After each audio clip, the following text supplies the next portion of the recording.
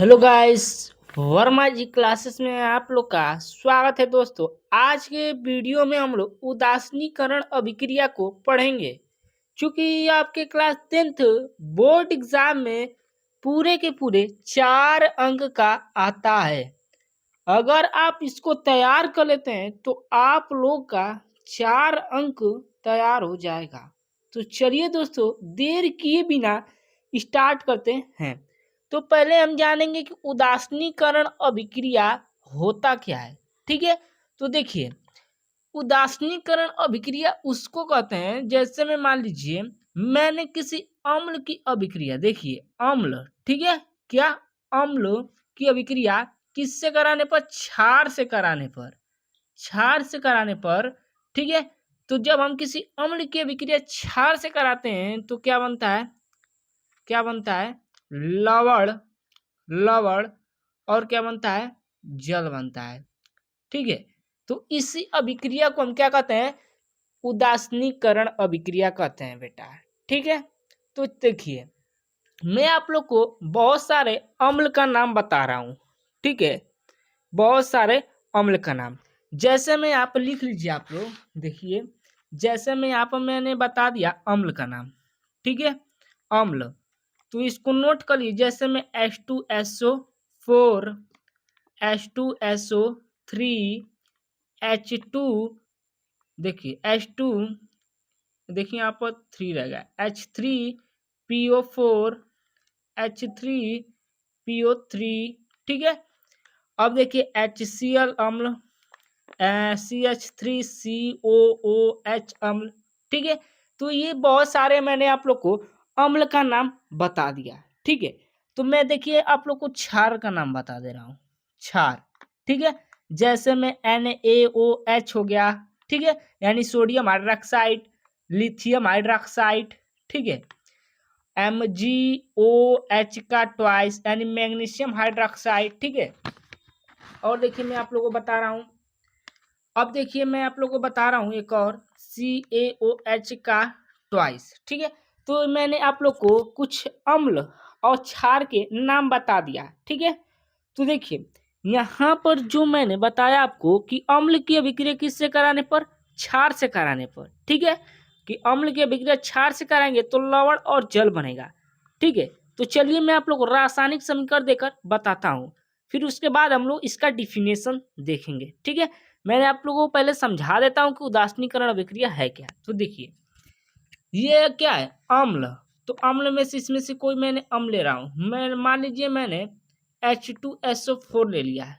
ठीक है, H2SO4, इसका नाम है सल्फ्यूरिक अम्ल। ठीक है, इसका क्या नाम है बेटा? सल्फ्यूरिक अम्ल। तो मैंने यहाँ पर क्या ले लिया? H2SO4। ठीक है, और यहाँ प्लस है तो यहाँ प्लस लिख दो। अब देखो इसमें क्या बोला? क्षार, तो इसमें से कोई एक क्षार ले लीजिए। तो मैंने NaOH ले लिया। NaOH, देखिए NaOH हम ले रहा हूँ। ठीक है, तो देखिए यहाँ पर लिख दो NaOH। ठीक है, तो देखो यहाँ से क्या निकला? यहाँ सोडियम और सल्फेट निकल जाएगा, यानी लवण। ठीक है, NaSO4 निकल जाएगा। ठीक है, तो आप जानते होंगे कि सोडियम पर एक प्लस चार्ज होता है और सल्फेट पर 2 माइनस चार्ज होता है, ऐसे। ठीक है, होता है ना। तो देखिए जब इसका हम यौगिक का सूत्र बनाएंगे तो जो सल्फेट का 2 ऋण आवेश है ना, ये सोडियम पर चला जाएगा, और सोडियम का एक प्लस चार्ज ये किस पर चला जाएगा? सल्फेट का। ठीक है, तो इसका सूत्र बनकर क्या आएगा? Na2SO4।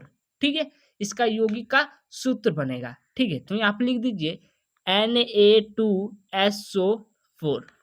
ठीक है, और प्लस है तो प्लस लिख दीजिए। तो अब बच क्या रहा है? देखिए यहाँ पर OH बच रहा है और यहाँ पर H2 बच रहा है।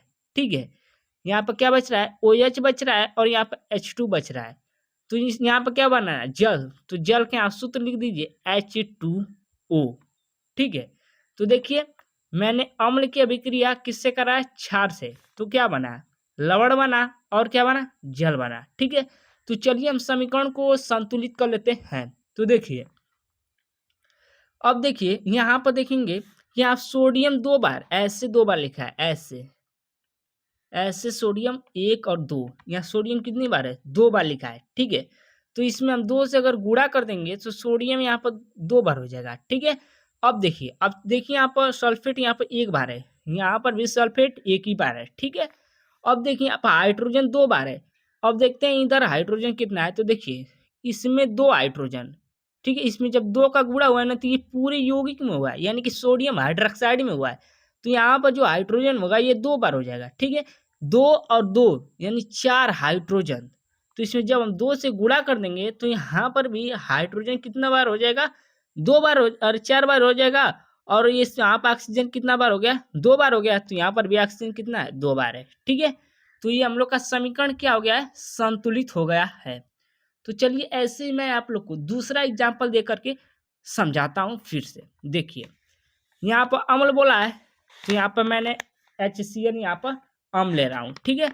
यहाँ पर मैंने HCl अम्ल ले लिया, ठीक है। और इसकी क्रिया किससे करा दी, मैंने इस लिथियम हाइड्रोक्साइड क्षार से करा दी, ठीक है। तो यहाँ पर लिथियम हाइड्रोक्साइड यहाँ पर क्षार ले लिया, ठीक है। अब देखिए यहाँ पर लिथियम क्लोराइड ऐसे निकल जाएगा, ठीक है, निकलेगा ना। तो यहाँ पर क्या लिखेंगे, LiCl लिखेंगे ना, LiCl यानी लिथियम क्लोराइड, ठीक है। अब देखिए यहाँ प्लस है तो प्लस लिख दीजिए। अब बच क्या है, OH और H बच रहा है। तो यहाँ पर क्या बनना है, जल। तो यहाँ पर H2O लिख दीजिए, हो गया, ठीक है।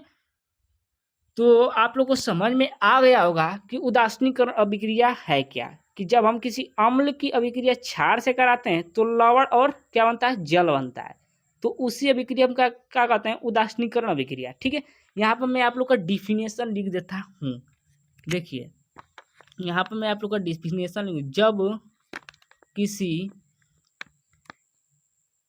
अम्ल की अभिक्रिया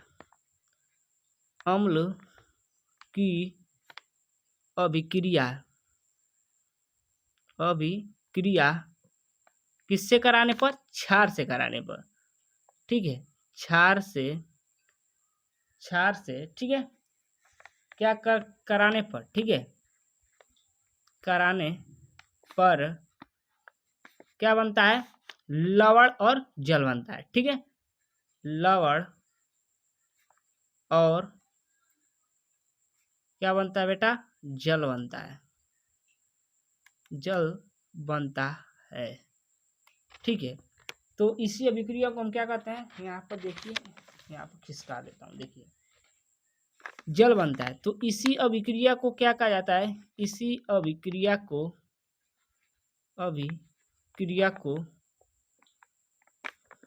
क्या कहते हैं बेटा,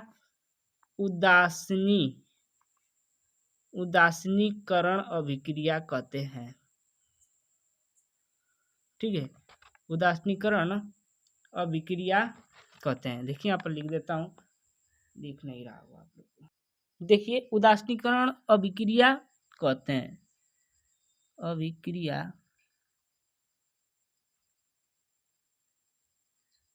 कहते हैं, ठीक है। तो काफी बार ये आपके बोर्ड एग्जाम में आया हुआ क्वेश्चन था, ठीक है। यह टॉपिक है उदासीनीकरण अभिक्रिया, जो कि हर साल आपके बोर्ड एग्जाम में पूछता आ रहा है कि उदासीनीकरण अभिक्रिया है क्या, इसके एग्जाम्पल यानी कि रासायनिक समीकरण देकर समझाइए, ठीक है। तो आप इसका डिफिनेशन लिख देंगे कि जब किसी अम्ल की अभिक्रिया क्षार से कराने पर लवण और जल बनता है तो इसी अभिक्रिया को क्या कहते हैं, उदासीनीकरण अभिक्रिया कहा जाता है, ठीक है। आप इन दोनों को क्या करेंगे, इसका एग्जाम्पल लिख देंगे, ठीक है। तो मैंने आप लोगों को बहुत सारे अम्ल और क्षार बता दिया है, और उसको जा करके आप भी ऐसे समीकरण को लिख सकते हैं, बहुत सारे समीकरण, ठीक है। तो दोस्तों कैसी लगी वीडियो, अगर वीडियो पसंद आई हो तो चैनल को अभी जाकर सब्सक्राइब कर लीजिए। तो मिलते हैं किसी नेक्स्ट वीडियो में अगले टॉपिक के साथ, तब तक के लिए धन्यवाद।